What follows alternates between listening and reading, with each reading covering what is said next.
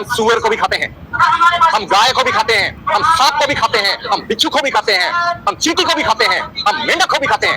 कहाँ है हिंदू? कैसे आप साबित कीजिएगा धर्माचार्य लोग? हम वो लोग हैं जो सब कुछ खाते हैं, जिससे हम नहीं मरते हैं उसको भी खाते हैं, जिससे मरते हैं उसको भी खाते हैं, सांप को भी हम खाते हैं, हम सबको खाते हैं। भारत का संविधान का अनुच्छेद 25 के तहत धर्म की स्वतंत्रता की व्याख्या है और संविधान का अनुच्छेद 26 के तहत धार्मिक क्रियाकलापों की स्वतंत्रता की बातें हैं। और दियोरी दिरी मुंडारी खुटखाटी क्षेत्र अंतर्गत मुंडाओं के जमीन पर है और वो सदियों से इसकी पूजा करते हैं, लेकिन इसको वर्तमान समय में पांडा के द्वारा, ब्राह्मण के द्वारा किया जा रहा है। यह धार्मिक अपराध से संबंधित हो गया, क्योंकि हमारे आदिवासी में अपने देवी देवताओं का मूर्ति नहीं बनाते, हम पूजा करते हैं, प्राकृतिक उपासक हैं।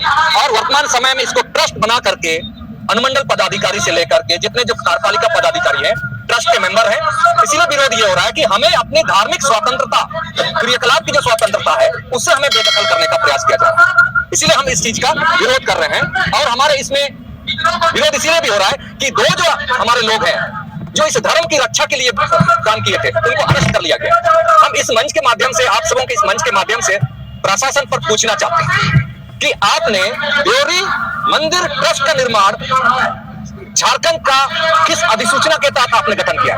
किस अधिसूचना के तहत आपने वहां के ट्रस्टी के रूप में राज्यपाल को रखा गवर्निंग बॉडी में? जो सूचना मिला है, मुख्यमंत्री को, हेमंत सोरेन जी को ट्रस्ट का गवर्निंग बॉडी में रखे, आपका अर्जुन मुंडा जी कल्याण मंत्री थे केंद्र सरकार का, उसको रखे, विकास कुमार मुंडा उसको रखे, और पर्यटन मंत्रालय भारत सरकार का, उसको भी आपने रखा गवर्निंग बॉडी के तहत। किस अधिनियम के तहत और किस अधिसूचना के तहत देवरी दिरी मंदिर का ट्रस्ट का निर्माण हुआ है? वसमासमा में अंचल अधिकारी सेक्रेटरी है, प्रखंड विकास पदाधिकारी मेंबर है, पुलिस पदाधिकारी मेंबर है, अमीन, नाजिर, यानी जो भी प्रशासनिक पदाधिकारी इसके मेंबर हो गए। तो ये भारत धर्मनिरपेक्ष देश है। आप राज्य के प्रशासनिक पदों पर, आप संवैधानिक पदों पर बैठे हैं। ऐसा स्थिति में आज यदि हम ये बात करें कि ऐसा समय में आप कैसे कर सकते हो उसका, इसीलिए हम इसका विरोध करते हैं कि आपने धर्मनिरपेक्ष का उल्लंघन हुआ है वर्तमान समय में, जिसको हम, ये सारे के सारे ट्रस्टी के मेंबर हैं, ये मेंबर है, ये है, चलिए ये सारे members governing body state Devri Mandir trust कैसे हो गए लोग?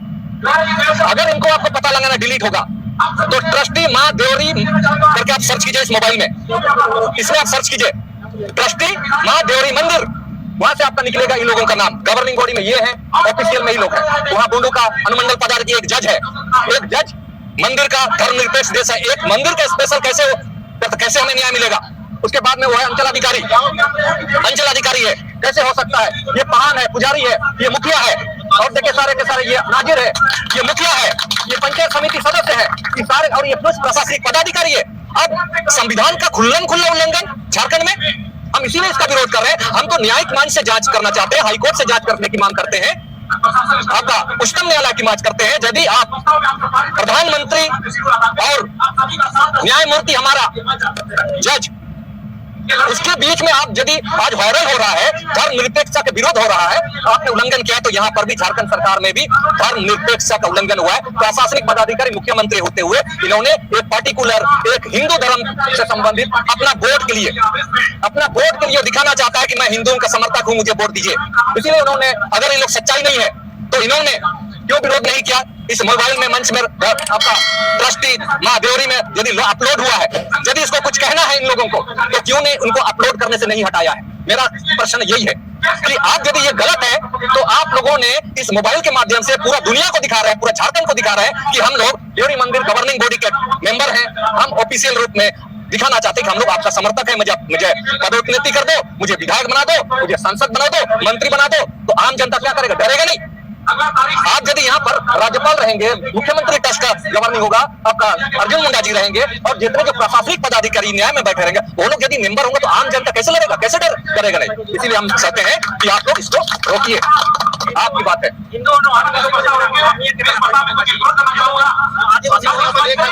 सरना और सनातन की उत्पत्ति कब हुई है?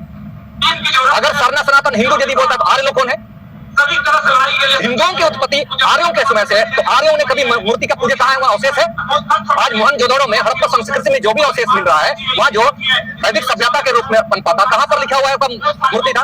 रामायण में कहाँ हिंदू शब्द लिखा हुआ है? महाभारत में हिंदू शब्द कहाँ लिखा है? ब्राह्मण पुराण में कहाँ लिखा हुआ है? तैत्तिरीय ब्राह्मण में कहाँ लिखा हुआ है? हिंदू शब्द नहीं लिखा हुआ है। और जहां तक आदिवासी की बात है, ये प्राकृतिक उपासक है। प्रकृति कौन है? जब हिंदू शास्त्र में जाएंगे तो पार्वती को पूजा करेंगे, कभी शिव को पूजा करेंगे, कभी राम को पूजा करेंगे। हम आदिवासी नेचर को जानते हैं, हवा के रूप में हम पेड़ को जानते हैं कि ये पेड़ हमें ऑक्सीजन देती है, हमें बचाती है हर जगह। इसीलिए हम प्राकृतिक रूप में पेड़ों का पूजा करते हैं। पत्थरों का इसीलिए हम पूजा करते हैं कि आदिकाल में हम जिस पाषाण युग से थे, उस समय जानवरों से हमने लड़ाई लड़ी, इसी पत्थर से, इसी पत्थरों से हमने अपने आप को बचाया, इसी पत्थर से हमने घरों को बनाया। जो सुरक्षा देता है वो हम उसको भगवान मानते हैं। ये प्रकृति है। पानी के बगैर मनुष्य नहीं जी सकता, इसलिए हम पानी को भी नेचुरल तरीके से हम उसको भगवान मानते हैं। जो भी समाज के मानव को बचाता है, उसके अंदर हम देवीय शक्ति महसूस करते हैं, जिसको आज के डेट में साइंस में आपका इलेक्ट्रॉन, प्रोटॉन और न्यूट्रॉन की बात होती है।